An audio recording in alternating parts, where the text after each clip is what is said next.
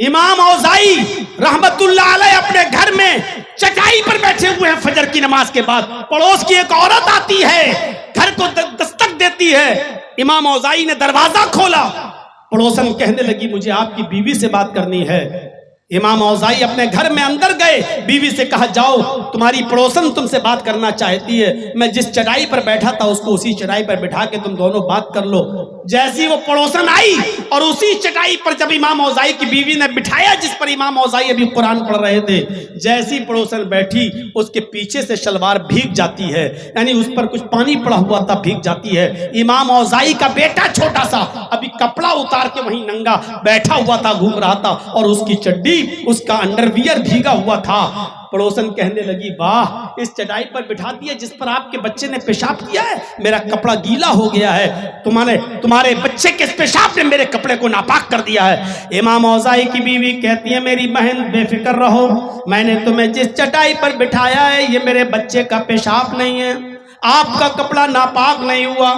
وہ پڑوسن کہتی ہے چپ رہو, تمہارا بچی کا کچھا یہ خراب ہے, بھیگا ہوا ہے, اور تم کہتی ہو کہ پیشاب نہیں کیا. بچے نے ابھی کپڑا اتارا ہے, کچا بھیگا ہے, چٹائی سے ابھی اٹھ کے گیا ہے, اور تم یہ کہتے ہو کہ بچے نے پیشاب نہیں کیا ہے. امام اوزائی کی بیوی کہتی ہے میں تمہیں اللہ کی قسم کھا کے کہتی ہوں کہ یہ میرے بچے کا پیشاب نہیں ہے, میری بات کا یقین کرو. وہ کہتی ہے اگر یہ پیشاب نہیں ہے تو تم بتاؤ یہ کیا ہے. امام اوزائی کی بیوی روتے ہوئے کہتی ہیں کہ تم نے مجھے مجبور کر دیا, میں بتانا نہیں چاہتی تھی. میرے شوہر امام اوزائی مسجد میں فجر کی نماز ادا کرنے جاتے ہیں, اس کے بعد وہاں سے آتے ہیں تو گھر پہ بیٹھ کر اسی چٹائی پر قرآن کی تلاوت کرتے ہیں.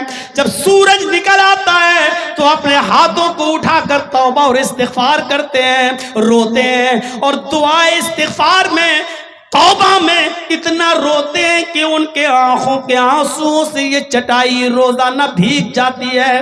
آئے میری بہن, جس چٹائی پر تم بیٹھی ہو اور جس سے تمہاری شلوار بھیگ گئی ہے یہ میرے بچے کا پیشاب نہیں ہے, یہ میرے شوہر کے آنکھوں سے گرنے والے آنسو ہیں, جن آنسوؤں نے تمہاری شلوار کو بھیگا کر دیا ہے, بھگو دیا ہے. یہ میرے شوہر امام اوزائی کے آنکھوں سے گرنے والے آنسو ہیں. تو ضروری نہیں کہ ہم جو گمان کریں وہ صحیح ہو.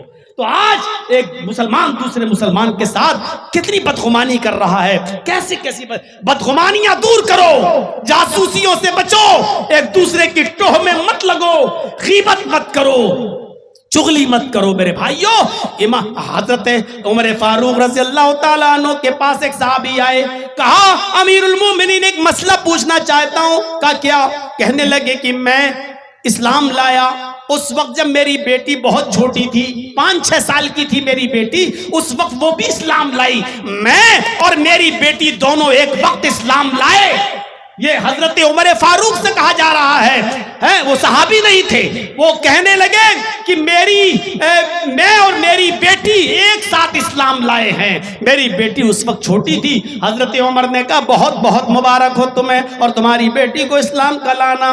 کہ امیر المومنین مسئلہ یہ جاننا ہے کہ میری بیٹی جب بالغ ہو گئی, اسلام لائی تو عمر تھی 5 سال, لیکن اب بالغ ہو چکی ہے میری بیٹی, جوان ہو چکی ہے میری بیٹی. آئے امیر المومنین, جب وہ بالغ ہوئی, جوان ہوئی, تو میری بیٹی سے ایک گناہ ہو گیا, میری بیٹی سے زنا سرزد ہو گیا. جوانی کو کنٹرول نہ کر سکی, ایک نوجوان لڑکے سے اس نے غلط کام کر لیا. امیر المومنین, جب وہ لڑکا غلط کام کر چکا اور چلا گیا, تب میری بیٹی کو احساس ہوا کہ میں نے بہت غلط کام کیا. بس میری بیٹی کو احساس ہوا کہ میں نے بہت گندا کام کیا. اس نے کچن میں جا کے چھری اٹھائی, اس نے اپنے ہاتھ پہ ماری, اس نے اپنی ران پہ ماری, اس نے اپنے پیٹ پہ مارنا چاہی, کسی بیچ میں اندر چلا گیا. میں نے دیکھا میری بیٹی ہاتھ میں چھری لیے ہوئے اور اپنے آپ کو زخمی کر رہی ہے, قریب ہے کہ وہ مار ڈالے. میں نے جلدی سے اس کا ہاتھ پکڑا اور چھری اس کے ہاتھ سے پھینکی. میں نے کہا بیٹی یہ کیا کر رہی ہو؟ کہنے لگی مجھے اس دنیا میں زندہ رہنے کا حق نہیں. میں نے کہا نہیں میری بیٹی, توبہ اور استغفار سے اللہ گناہ معاف کرتا ہے. تو بتاؤ کیا ہوا؟ میری بیٹی نے مجھے سچ سچ بتا دیا.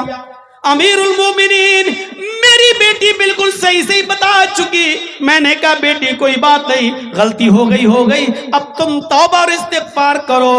2 سال سے وہ مصلی پکڑے ہوئے ہے, نماز پڑھتی اور روتی, دعا کرتی اور توبہ کرتی, نماز پڑھتی اور مصلی بچھاتی, نماز پڑھتی اور روتی اور رو رو کر اپنی توبہ, اپنے گناہ کی توبہ کرتی. امیر المومنین, اس کو 2 سال سے میں آنکھوں سے آنسو بہاتے ہوئے دیکھ رہا ہوں. کہا ٹھیک ہے, توبہ ہی اب اس کا ذریعہ ہے. پوچھنا کیا چاہتے ہو؟ کہا پوچھنا یہ چاہتا ہوں کہ اب میری بیٹی کا رشتہ آ رہا ہے, میری بیٹی کی شادی کا رشتہ آ رہا ہے. امیر المومنین, ایک لڑکا بہت نیک ہے, بڑا نمازی ہے, دیندار ہے, مجھے اسے دینداری پسند آئی ہے.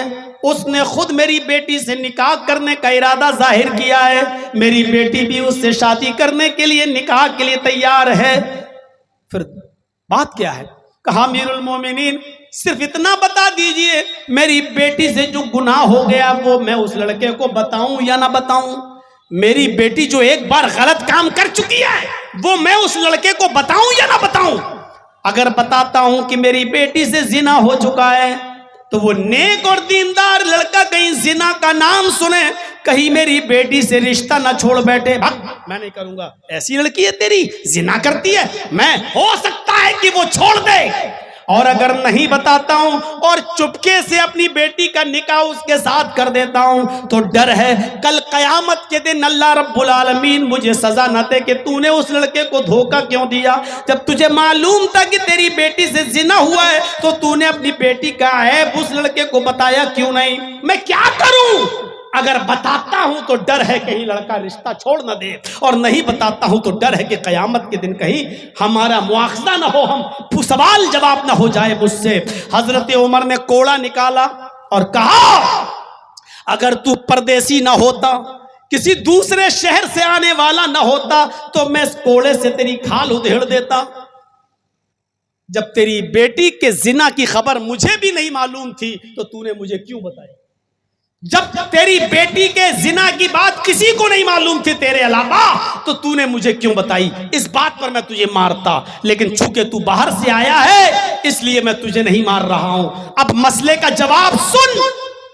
کیا تو نے حدیث نہیں پڑھی؟ اللہ کے نبی فرماتے التائب من الذنب کمن لا ذنب لہ. جب کوئی آدمی اپنے گناہ سے توبہ کر لے تو وہ ایسے ہو جاتا ہے جیسے اس نے گناہ ہی نہیں کیا. جب تو خود کہہ رہا کہ تیری بیٹی 2 سال سے رو رو کر توبہ کر رہی ہے اور صرف روتی ہے اور آنسو بہاتی ہے تو اس کا مطلب یہ ہے کہ وہ توبہ کر چکی ہے اور کرتی ہے. تو جب توبہ کر رہی ہے تو اس کا مطلب یہ ہے کہ اس سے گناہ ہوا ہی نہیں ہے. جا اور چپکے سے اپنی بیٹی کا نکاح کر دے, جا اور چپکے سے اپنی بیٹی کی شادی کر دے. اس لڑکے کو بتانے کی کوئی ضرورت نہیں. جب اللہ نے تیری بیٹی کے عیب کو چھپا لیا تو کون ہوتا ہے کسی کو بتانے والا؟ جب اللہ نے تیری بیٹی کے عیب پر پردہ ڈال دیا تو کون ہوتا ہے اپنی بیٹی کے عیب کو کھولنے والا؟ جا اور چپکے سے اپنی بیٹی کا نکاح کر دے. اسلام یہ تعلیم دیتا ہے کہ دوسرے کے عیبوں پر پردہ ڈالو. یہاں تو دوسروں کے عیب کو ننگا کیا جاتا ہے. ابھی آپ راستے میں کسی لڑکی کو بات کرتے ہوئے دیکھ لو تو آپ محلے میں وہ بعد میں آپ آئے گی, اس کی خبر پہلے آ جائے گی کہ فلاں لڑکی فلاں کے ساتھ ہم نے فلاں جگہ دیکھا تھا, فلاں جگہ دیکھا تھا. میرے بھائیوں, آج معاشرے کو ہم نے سماج کو ننگا کر کے رکھ دیا ہے. جہاں ہم ایک دوسرے کے عیب پر پردے ڈالنا چاہیے, آج ہم ایک دوسرے کے عیب کو اچھال رہے ہیں. 3:10 ہو چکے ہیں. 3:25 پر میرے بھائیوں فجر کا وقت ہے. ہم اسی پر اپنی بات کا اتفاق کرتے ہوئے دعا کرتے ہیں کہ اللہ تعالی ہمارے اور آپ کے دلوں میں بھائی چارگی پیدا فرما دے.